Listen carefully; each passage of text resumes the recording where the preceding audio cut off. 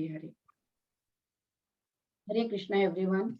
So next we have today's chapter is Dhyana Yoga. Many of you had a lot of questions about meditation, so today we will be doing this.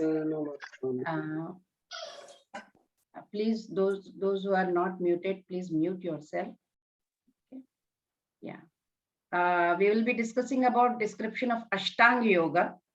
Then how Arjuna rejects Ashtang Yoga. He says that's very difficult.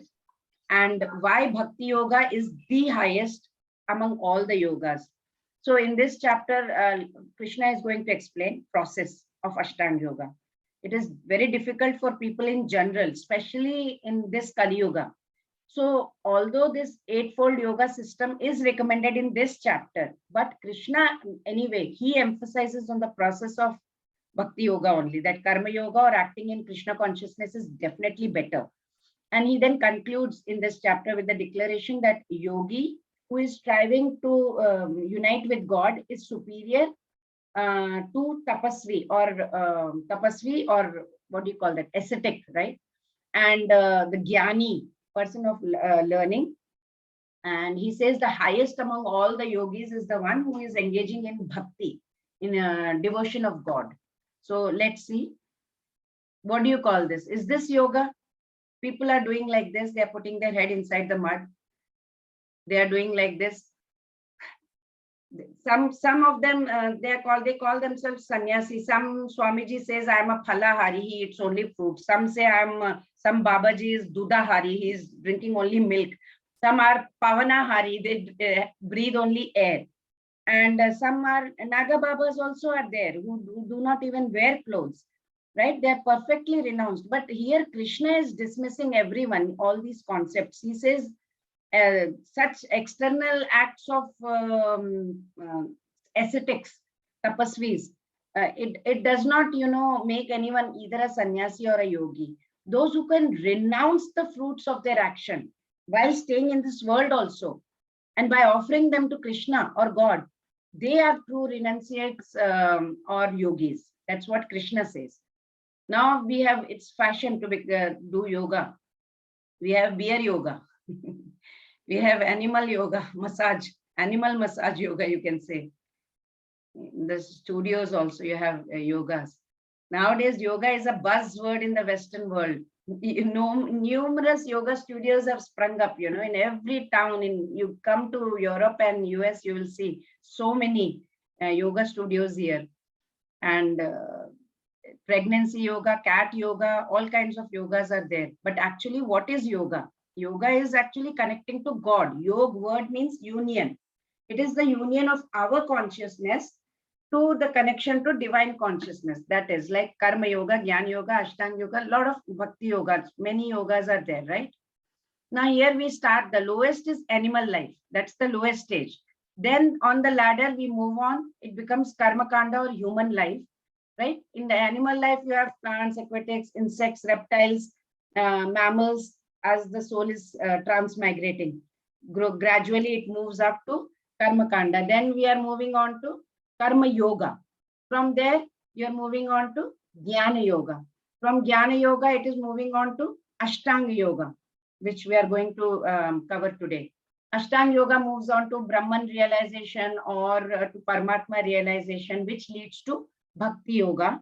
And then on the top of the ladder, we have Bhagavan realization. We'll come to see how it goes, how these yogas go. Ashtang Yoga, today's topic. Asht means 8, Anga means limb, and yoga is the connection to God, right? So we have different. It is a practice of transformation of ourselves, and it is very beneficial for our life. But it's not that just spending like 60 minutes on a yoga mat and sleeping and trying to do some exercise. That is not exactly yoga. That's what it's mentioned here. And we have different types of, in the first limb, Ashtang Yoga. First is Yama, which is external discipline. Then you have Niyama, Asana, that is posture. Pranayama, where you have breath control. Pratyahara, withdrawal of senses. Dharana, that is concentration. And Dhyana, meditative absorption. Union, Samadhi, which is Samadhi. Sama means equal, dhi is sense. So we have equal way of saying, na dveshti na kankshati. That level, total that level. So we'll read about it, what it means. Who is reading today? Should I, Mataji? Yeah. I will. Okay. Please, one of you read. Yama. He should live alone in a secluded place and should always carefully control his mind. Niyama, temperate in his habits of eating, sleeping, walking, and recreation. Asana, lay coarse grass on the ground and then cover it with a deerskin. The seat should neither be too high nor too low and should be situated in a sacred place. One should hold one's body, neck, and head erect in a straight line and stare steadily at the tip of the nose. Thus, with an unagitated, subdued mind, devoid of fear, completely free from sex life, one should meditate upon me. Pranayama, practice stopping the movement of the outgoing breath into the incoming and incoming breath into the outgoing, and thus at last remain in trance. So this is about Yama. So first limb is Yama. Then we move on to Niyama, where you have to have some rules, proper rules to follow, where you have to direct yourselves into how to control your habits, different habits. Then you have asana, where you have to know how to sit well, proper posture, so that you're comfortable. Patanjali gives us the asana like Sthira Sukha asana. So you have to sit in a position where you're comfortable. You have to sit for a long time. And pranayama is the fourth limb. Prana means energy, right? Or the life source. So pranayama can be understood as breath control, how to control your breath. Like who is that guru? I forgot his name. Yoga Guru. Who is that? Ramdev Baba. Ramdev Baba. Yes. Yeah, he is telling about Kapal Bhati and all that. So that is like, doing pranayama. And then next one is Pratyahara. Please see. Yeah. Please read. Pratyahara, Pratyahara, cessation. cessation of material existence. Then Dharana disciplines his mental activities and becomes situated in transcendence. Devoid of all material desires, he is said to have attained yoga. Then Dhyan, as a lamp in a windless place does not waver, so the transcendentalist, whose mind is controlled, remains always steady in his meditation on the transcendent self. Then Samadhi, one is never second, even in the midst of greatest difficulty. This indeed is actual freedom from all miseries arising from material contact. Pratya in Sanskrit, it means withdraw, draw inside. So second part is ahara, which refers to anything that we take in. So all by ourselves, right? So whatever the sight, the sounds, all the senses that we take in continuously, those are ahara. So we have to, we are able to meditate, right? Without easily being distracted by any outside thing. So that is how you have to do this one, pratyahara. And then is dharana. Dharana is focused concentration. You have to, dha means maintain or hold. Dhana means something. You have to hold something. So it means fixing your mind on one particular or specific point. It can be anything, internal or some chakra or some statue or some idol, some object, up to you, whatever you think. It is not important what the object is. Like we are focusing, that focus is important. The main focus is, or the main purpose is to quieten the mind with total concentration. So that is very important over there. And next comes Dhyana. Dhyana is the seventh limb of this Ashtang Yoga. And as they have written, as a lamp is in a windless place, it does not waver. So we have to sit like that, steady in meditation with full breath control. We have Pratyahara, we have all these. So next comes the Dhyana is done. Dhya means to think of something, right? And then is Samadhi. What is Samadhi? Samadhi, like I was just telling you, sama means same and dhi means to see. So we see everything equal. So the ability to see everything equally is what? Without getting disturbed. Even if you are having some like, some dislike, desire, no desire, happy, sad, everything, samadhi, everything is equal for you that time. So you are in that state. So that is the state which, it's not, one is never shaken, any difficulty, anything, right? You're not attached to anything. That's the actual bliss or happiness, that state is. So these are the Ashtang Yoga. Are you willing to give this yoga system a try? You want to try this system because you have these 8 limbs that you have to go through. Well, Arjun was a great yogi. He was a karma yogi also. He used to do everything in the spirit of humble service of God without any kind of desire whatsoever for rewards, actually. Even though they may be grahasthas, right? We're living with families. Still, they are doing their yoga by not expecting any results, means they are true yogis. Now, this is a nice story about how Arjun and Shiva fought. Anyone knows the story? Why did they fight, Arjun and Shiva? About a boar. They killed a boar, and who killed the boar and they fought. Okay. Anyway, in the Himalayas, there were some sages doing penances, right? They were doing some yajna. So one day they saw Arjun. They said, why Arjun has come over? Oh, they were banished from the kingdom. That is why they, after losing the game of dice from Duryodhana, with Duryodhana, so they have come to forest. But what is he doing here? But Arjuna quietly walked to a place. He made a nice shivling and he started performing penance to Lord Shiva. He did not stop his penance. He did continued his penance, for anything he did not stop. So after a few months, the earth became very around him, was unable to bear the heat of his penance. Such a penance he was doing. So when there was totally black smoke everywhere, the sages were really, they didn't know what to do. So they went to Lord Shiva, to Kailash, and they said, Lord Shiva, see what is happening. So Lord Shiva said, okay, I'll come and I will resolve the problem. He disguised himself in form of a Kirata chief, hunter kind of a person. And he came down with Ma Parvati. And she also dressed up like a Kirata woman. And then as they came down, they saw this boar. Mata saw this boar and she said, oh, it looks like very different. So Lord Shiva looked at it and said, yeah, he's a Asura. His name is Mukha. He is a Asura. And that Asura was heading towards the sages where they were doing penances, yajna. So Lord Shiva wanted to aim at the Asura, but that Asura rushed towards the sages. So Lord Shiva followed that boar.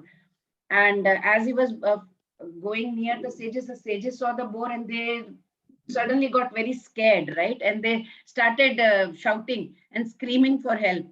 And this Mukha or the Asura or the boar, he ran towards Arjun. As soon as Arjun saw, Arjun took up his bow and arrow. He's a Kshatriya, right? So Shiva reached that spot. He said, no, stop. This is my prey. I'm going to kill him. Arjun said, no, he has come over here. I'm going to kill him. You cannot do that. So Arjun didn't know he was Shiva, right? So he was testing him.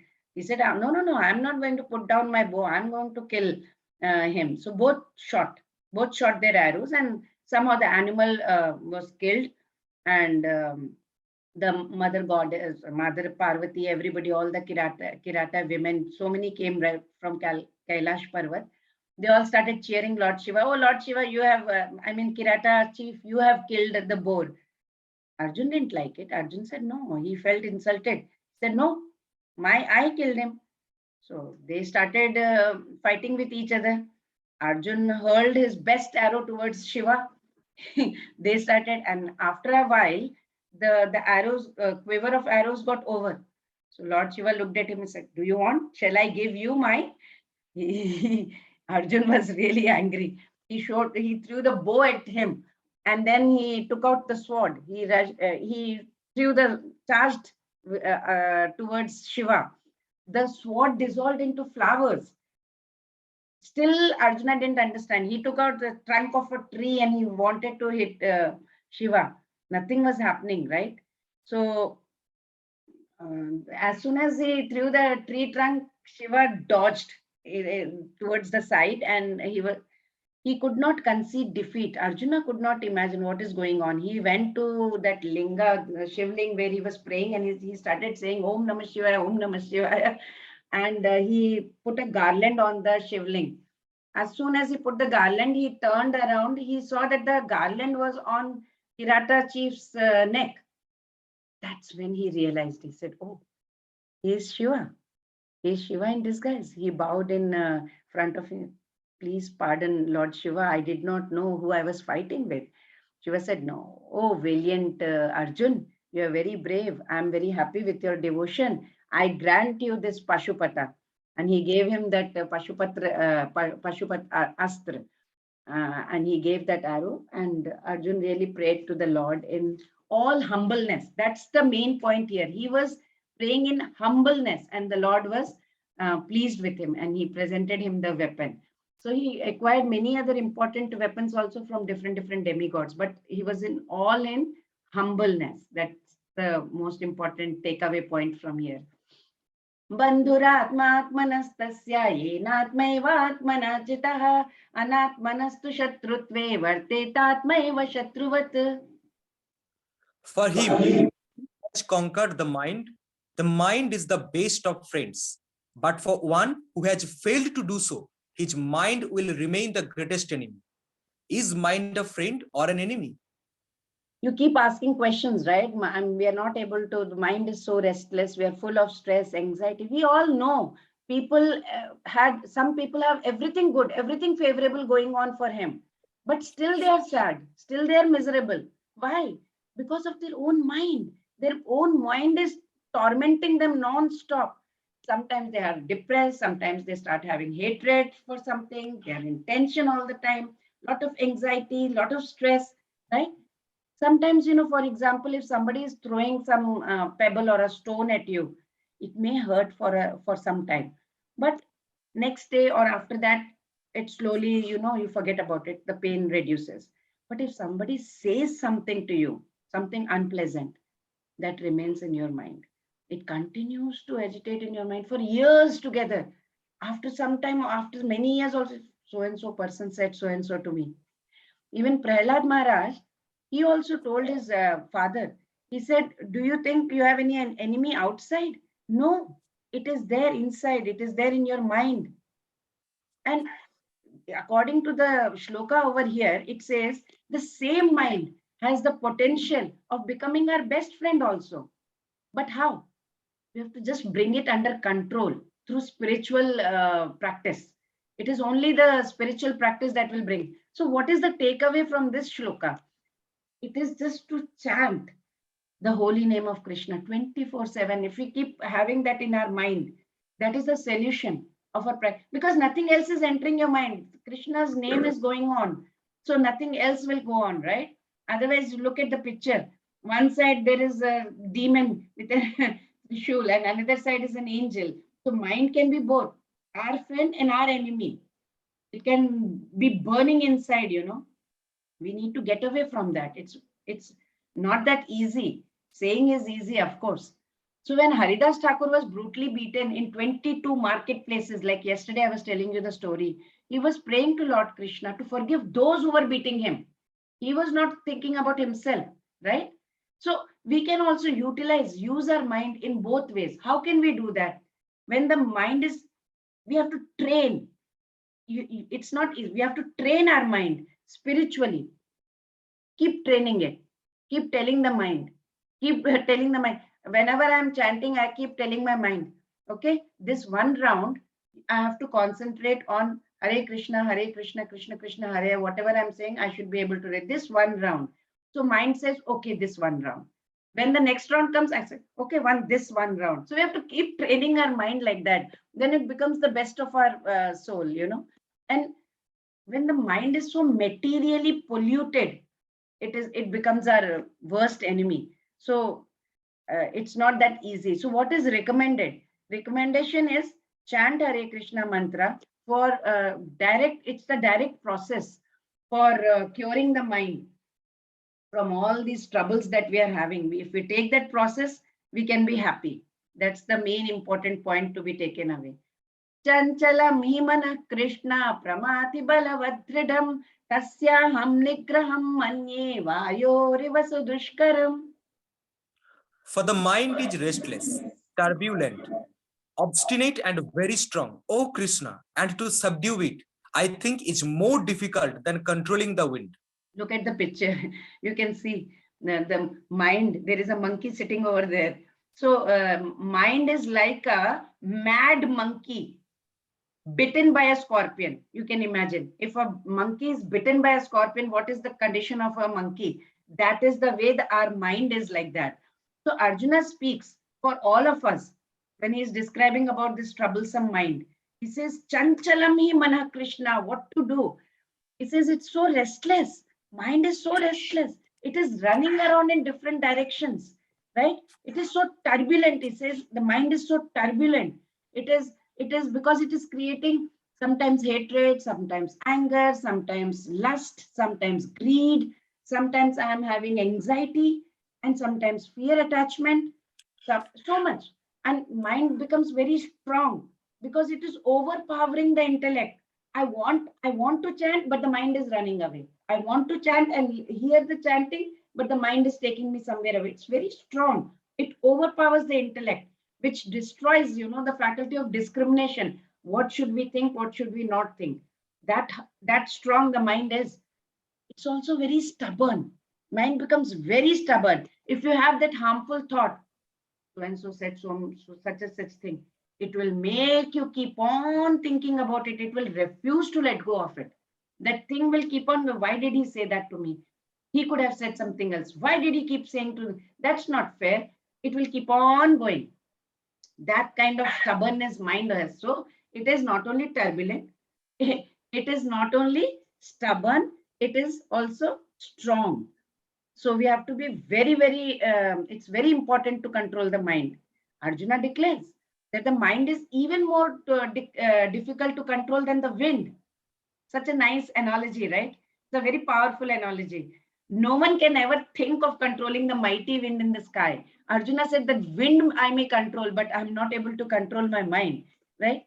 Simile is very, very appropriate simile he has used about the capturing of blowing wind, and very difficult to capture the turbulent mind. Easiest way, Lord Chaitanya Mahaprabhu says, Hare Krishna. Great mantra. And one example of this, who could do that, we have in Bhagavad Gita, it says, Ambarish Maharaj. Ambarish Maharaj he used every sense for Krishna. What? How? He fixed his mind to the lotus feet of Krishna. He spoke only about Krishna. He smelled only the flowers that were offered to Krishna, or tulsi that was offered to Krishna. He would walk, he would use his legs and walk to the temple, to Krishna. He would engage his hands by chanting, use chanting beads. Then he would also use his hands to clean the temple. He would engage his tongue to taste the prasadam that was offered to the Lord. He would engage his ears to hear the kirtan or hear pastimes of the Lord. All the time he would keep his senses engaged. He was one of the greatest devotees of the Lord. So we must learn. We can also do it. It's not impossible. We must engage our mind. We have to keep talking to our mind, telling our mind, I have to engage myself in the name of Krishna only. Then there will be no other engagements to agitate our mind. Asayyatatmana yogo dushprapaiti me matihi vashyatmana tu yatata shakyo vaptumupayatah. Shri Bhagavan Vacha asamshayam mahabaho manodurnigraham chalam abhyasena tu kaunteya vairagyena cha grihyate. First read 35 and 36. His mind is unbridled, self-realization is difficult work. But he whose mind is controlled and who strives by appropriate means is assured of success. That is my opinion. Lord Sri Krishna said, O mighty armed son of Kunti, it is undoubtedly very difficult to curb the restless mind, but it is possible by suitable practice and by detachment. Sri Krishna here responds to the comment. He says, Mahabaho. Mahabaho is mighty armed one. He is encouraging also. He said, oh Arjuna, you have defeated so many warriors. You are such a brave warrior. You have defeated so many people in the battle. Can't you defeat your mind? Can you? He's asking. But he does not deny the problem by saying, Arjuna, what nonsense you are talking. What are you saying? He's not saying that. He says the mind can be controlled very easily, but he agrees with Arjuna's statement that mind is not that easy indeed to control. He could have said, what nonsense, it's very easy to control, Arjuna. What are you saying? But no, he agrees to the statement that it is difficult to control. But he says so many things are difficult to achieve in the world. Yet we are not losing hope, right? We don't remain undaunted. We keep on trying. We keep on moving forward. So many things that are impossible to achieve, but we try, right? He says, for example, if a sailor is going on the sea, he knows the sea is dangerous. Possibility of terrible storms are also there, right? But he does not say that, okay, I won't go, I will stay ashore. He goes. Simply, that is how he says, he assures, Krishna is assuring Arjuna. He says mind can be controlled by two ways. One, Vairagya, and one is Abhyas. How did he say? Abhyasena tu kaunteya vairagyena cha grihyate. Abhyas and Vairagya. Vairagya means what? Detachment. Just when we see our mind running towards something, we need to stop it. We need to eradicate that attachment and remove that unnecessary thought that is coming in our mind. And Abhyas means what? Abhyas means practice. So we have to keep on practicing. It is not easy. Sometimes there are so many old habits, we can't remove it. We have to keep practicing to develop the new habit, right? Practice is a very important word for any sadhaka. Any sadhaka. For example, you can say, now if you're learning typewriting, so if you're using typewriter and you're learning, first time when you're starting, maybe you will use like 8 words per minute or something like that, very slow. Slowly with practice, there will be a time when you will be typing 80 words per minute. So this, how does it come? It comes only with practice, right? So he says, same way, this obstinate mind, this turbulent mind, this strong mind has to be trained by practice to be at the feet of Krishna by abhyas. You have to take away the mind from this world. Mind away means vairagya. Bring it down to the feet of God, abhyas, through abhyas. That is how we can do it. This statement, it is creating a doubt in Arjun's mind now regarding the sadhak who is unable to control the mind. Now he is questioning Krishna. What if he is not able to control the mind? What to do then?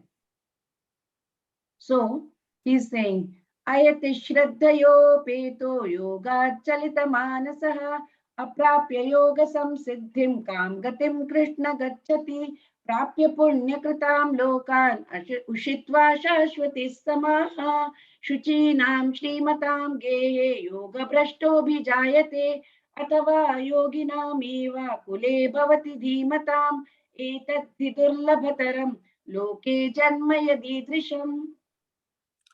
Arjuna asks, what is the destination of someone who falls in achieving success in yoga?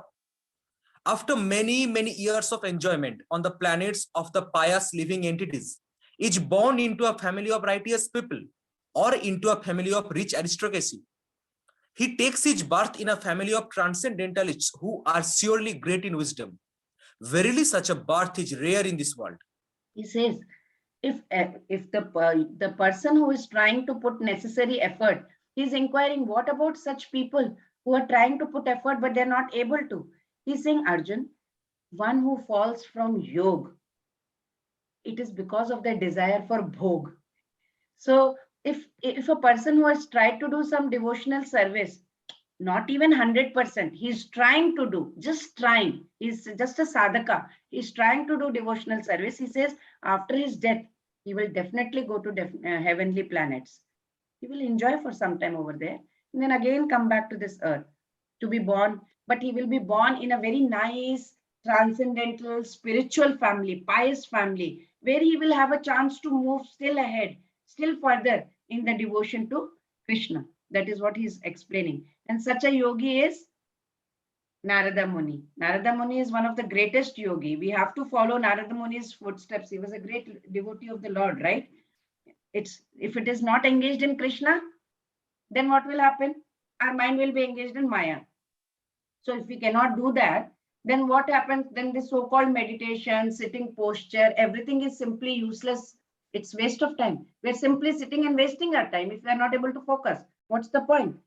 So that is why they said like Yunjan Nevam Sadatmanam Yogi Niyata Manasaha Shantim Nirvana Paramam Mat Samsthamadi Gachati. He says constantly we have to practice the body mind activities. We have to regulate our mind so that we can reach Krishna's abode. That's very important for us. So let's see. These are the different ladders. Beginning of the ladder is called Yoga Aruksho stage, Karma Yoga, then Jnana Yoga, Ashtang Yoga, and Bhakti Yoga. And that is Yoga Rudha stage on the top. Lord Narsimdev had asked Prahlad Maharaj, you have suffered so much, right, Prahlad? So whatever you want, just ask me. Prahlad Maharaj refused. He said, Lord, I am not a businessman over here. I'm not here to do business with you, that I will take some remuneration for whatever I have done. I don't want. This is my pure devotion. I don't need anything. That is bhakti on the top of the ladder. Yogina amapi sarvesham madgatena antaratmana shraddhavan bhajate yomam same yukta tamo mataha. And of all yogis, the one with great faith who always abides in me, thinks of me within himself and renders transcendental loving service to me. He is the most intimately united with me in yoga and is the highest of all. That is my opinion. See the pictures, all the gopis, they are such big yogis. They are totally in bhakti mode. Even amongst yogis, you have karma yogis, bhakti yogis, jnana yogis, ashtang yogis. This verse, yoginam api sarvesham, this puts rest to all the debate about which form of yoga is the top. Yoginam api sarvesham. So he has clearly declared bhakti yoga is the highest, superior to even ashtang yoga. He has made it very clear in this shlok. For example, when we speak about mountain also, world's highest mountain, we say Himalayas. We say about the highest peak, Mount Everest, right? It is supposed to be the top. Same way, bhakti, devotion, that's the highest power of God. It is such a power that will bind God and God becomes the slave of his devotee. This verse is telling, like gopis, they were bhakt, real bhakt, and real, they were totally immersed in bhakti yoga. So he says this verse puts a stop to all the debate as to which yoga is the best. It's bhakti yoga. So in Srimad Bhagavatam also, you may read in English, what is it written? Whatever result was obtained in Satya Yuga by meditating on Vishnu, in Treta Yuga by performing sacrifices, and in Dapur Yuga by serving the Lord's lotus feet can be obtained in Kali Yuga simply by chanting the Hare Krishna Mahamantra. Srimad Bhagavatam, you can take out 12.3.52. It is written over there in that shloka that we should be chanting Hare Krishna mantra so that we can be rescued from this dangerous ocean in the age of Kali. So in Satyuga, they used to meditate on Lord Vishnu because they used to live for a long time, 1 lakh years. They had a lot of time to do meditation. They could go to Himalayas, but now it is not possible. If I sit down over here and close my eyes for even 5 minutes, my mind will be going as to what I have to make for dinner, what will I make for breakfast. The mind is running over here, right? I start thinking about what next to do. It's not possible in Kali Yuga, right? Bhagavatam also says that. It is very difficult to concentrate the mind. It says, Manda Sumanda Matayo, Manda Bhagya Yupadrita. Means what? In this iron age of Kali Yuga is iron age. Kali men have very short life. They are very quarrelsome. They are very lazy. They are misguided. They are unlucky and very, very disturbed. And here, averages will be like around 100. Nobody lives past that, like average I'm talking about. So in Treta Yuga, they used to perform sacrifices. It's very expensive now to do sacrifices. You have to get pure ghee. You need to have those pure Brahmins who can chant pure mantras. It's impossible. Dwapar Yuga, they used to do temple worship. Now with kind of Omicron and the COVID-19 and all that we are getting now, some of the temples are closed, some are open, some are, it's very difficult. Every time you can't keep going there. So in Kali Yuga, what we can do, Chaitanya Mahaprabhu has given a very nice idea of doing Hare Kirtan. So we can do Hare Krishna, Krishna Krishna, Hare Hare, Hare Rama, Rama Rama, Hare Hare. That is the best way to use our time and our mind towards or in service of Krishna. It will not only help us from the reaction of work also, slowly it will elevate us towards God. Now, if you see a lift and a staircase, right? So if you have to go to 35th floor, what will you use? Will you use a staircase or a lift? Anybody can tell me. Which one would you like to use? Lift. Left. Lift. Naturally, you have to go that far, right? So Right. Krishna is also saying, lift is Bhakti Marg. Chant Hare Krishna. Hear Bhagavad Gita. Hear Bhagavatam. Sing Kirtans. Dance to the melodies of Sankirtans. If you are hungry, go to the temple, eat prasad. Talk, rest, talk about Krishna. In chapter 10 also it says, Marchitta Madgata Prana Bodhayantah Parasparam Katayantascha Mam Nityam Tushyanti Charamanti Cha. He says, the thought of my pure devotees dwell in me. Their lives are devoted to my service. They derive great satisfaction and bliss, right? He says he's talking about me, he says. So take Krishna's name to go to his abode. Why you want to take staircase and go through like first Karma Yoga, then Dhyana Yoga, Ashtang Yoga? Why you want to take a long path, right? With various kids, we have yoga poses. So difficult to do different yoga poses, so difficult to concentrate. It's very difficult to reach the top, right? By the time you will practice all the 8 limbs of yoga, Ashtang Yoga, and reach till Samadhi, your body will become Samadhi. Means your soul will leave and go. It takes long time. You have to do a lot. That is not that easy. So they are giving us a nice method, shortcut, Bhakti Marg. Why not take the Bhakti Marg when Krishna himself is saying that that is the best marg? So what is mantra? Mantra means man plus tra. It means man is mind, tra means to deliver. So what does it deliver? Our Hare Krishna Maha Mantra. So definitely it will deliver very well to the mind, right? So that is the mantra. And the mantra is Hare Krishna, Krishna Krishna, Hare Hare, Hare Ram, Ram Ram, Hare Hare. Japa means you do Hare Krishna, Krishna Krishna, Hare Hare, Hare Ram, Ram Ram, Hare Hare. Sankirtan means you are taking nice mridanga and you are singing along Hare Krishna mantra. There are many scriptural references for chanting holy names of Lord. So let's see. In Narayan Samhita, they have written. Can you read, please? In the Dwapar Yuga, people should worship Lord Vishnu only by the regulative principles of the Narad Panchatra and Panchatatra, I think it's written. Pancharatra and other such authorized books. In the age of Kali, however, people should simply chant the holy names of the Supreme Personality of Godhead. The Hare Krishna mantra is specially mentioned in many Upanishads, such as the Kali Santarana Upanishad, where it is said. So it is always said over there.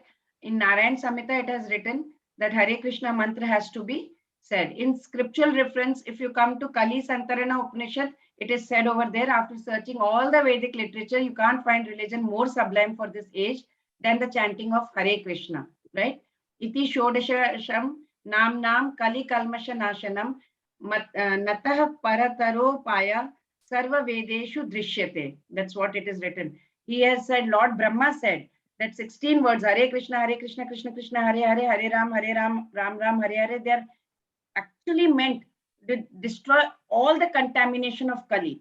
And if you want to save oneself from the contamination, in this Kali Yuga, so he says, chant Hare Krishna mantra. We have in chapter 10.25 also, it is written, Yajnanam Japa Yajñosmi, of all the sacrifices, I am chanting of the holy name Japa. That's what it is written in 10.25. We'll come to that chapter also. Then in Chaitanya Charitamrita, it is written, Hare Nama, Hare Nama, Hare Nama, Eva Kevalam, Kalau Nasti, Eva Nasti, Eva Nasti, Eva Gate, Anyatha. For spiritual progress in age of Kali, there is no alternative, there is no alternative, there is no alternative to the holy name, holy name, holy name of the Lord. It is very clearly written in the 12th canto of Srimad Bhagavatam. There is a reference to this also. Then there is another reference What is from it, Cindy? Srimad Bhagavatam about, in the age of Kali, there are many faults. People are subjected to miserable conditions. Yet there is one benediction. You can chant Hare Krishna mantra and free from all material contamination and be elevated to spiritual world. Sri Chaitanya Charitamrita, again they have written that you should be able to chant holy name so that you can, I do not achieve attachment for chanting. Here it is written over there, my dear Lord, although you bestow such mercy upon fallen conditioned souls by liberally teaching your holy names, I am so unfortunate that I commit offenses while chanting the holy name. That is written over there. What are the don'ts of chanting? One should not only chant a portion of Mahamantra. Don't say Hare Krishna, Krishna Krishna, and stop. You have to complete the 16. Hare Krishna, Krishna Krishna, Hare Hare, Hare Ram, Ram Ram, Hare Hare is one Mahamantra. Okay, that is what it meant. Then one should not chant while reading a book, newspaper, or watching TV. And what are the do's? We should chant Panchatattva mantra before starting to chant the Hare Krishna. Anybody knows here Panchatattva mantra? Yes. Sri Krishna Chaitanya Prabhu Nityananda Sri Advaita Gadadhar Srivasadi Gaur Bhaktavrinda. Very nice. Hare Krishna, Krishna Krishna, Hare Hare, Hare Ram, Ram Ram, Hare Hare. Very nice. You have to chant audibly, loud enough to hear the mantra, not very, very in your mind. You should pronounce each name distinctly, not Hare Krishna, Hare Krishna. You should be able to Hare Krishna, you should be able to chant properly. Then chant with respect, devotion, and concentration. You can chant in any place. You can sit, you can walk, you can face any direction. You can chant at any time. It is, of course, recommended that you should chant early mornings, Brahma Muhurt time, but you can chant anytime. You can chant either before or after taking bath. It is recommended to chant by keeping the count. You should have a Tulsi Mala and chant. What are the benefits of chanting? It is freedom from the reactions of sin. Then it will relieve you from the unwanted drives and habits that you are having. It is freedom from anxiety and stress. You will get peace of mind, real happiness, enlightenment. So what people say about chanting Hare Krishna, let's see. George Harrison said it's a process of having realization of God. Then there is another youngest director. He said from France, he said everything started happening after I started chanting Hare Krishna. Then Albert Ford, the owner of Ford Motors, look at the picture, both wearing sari and the kurta. Chanting Hare Krishna has made tremendous impact in my life, he says. Then N.D. Desai, he said, I have been chanting for many, many years. I have found nothing more pleasurable. Rishikesh Mafatlal from Mafatlal Fabrics, he says, chanting Hare Krishna has helped me face all ups and downs in my life. It has given him confidence and peace. Then European model, it gives a tremendous happiness. Dutch model, she said that chanting helped me give up bad habits. She had bad habits. So that helped her. Army officer, my outlook towards life is more brighter now after I started to associate with Hare Krishna devotees and chanting the Maha Mantra. David Wolf, he is a master in Florida State University. He says Maha Mantra significantly reduces stress, depression, and the mode of ignorance, and considerably increases the mode of goodness. Then there is another printing executive, Paul. He says, whenever I am stressed out, I chant. This helps me charge my batteries. It clears my mind, brings me back into the focus. Then there is this, he says, whenever I am nervous, I find chanting very calming. Mrs. Sally, I don't get shaken up at little things. Ramesh Lal, he says, chanting Hare Krishna and reading authorized books on Krishna consciousness has brought me to great peace. So these are the people who have shared their experience about whenever they chant what had happened. So let us not waste our time, and we should also all of us chant and be happy. Let's say all of us together, Hare Krishna, Hare Hare Krishna, Krishna, Hare Krishna, Krishna Krishna Krishna, Krishna, Hare Hare Rama, Hare, Rama Hare Rama, Ram, Hare Ram, Ram Ram, Hare Hare. Vaishnavebhyo namo namah. Hare Krishna, Hare Krishna.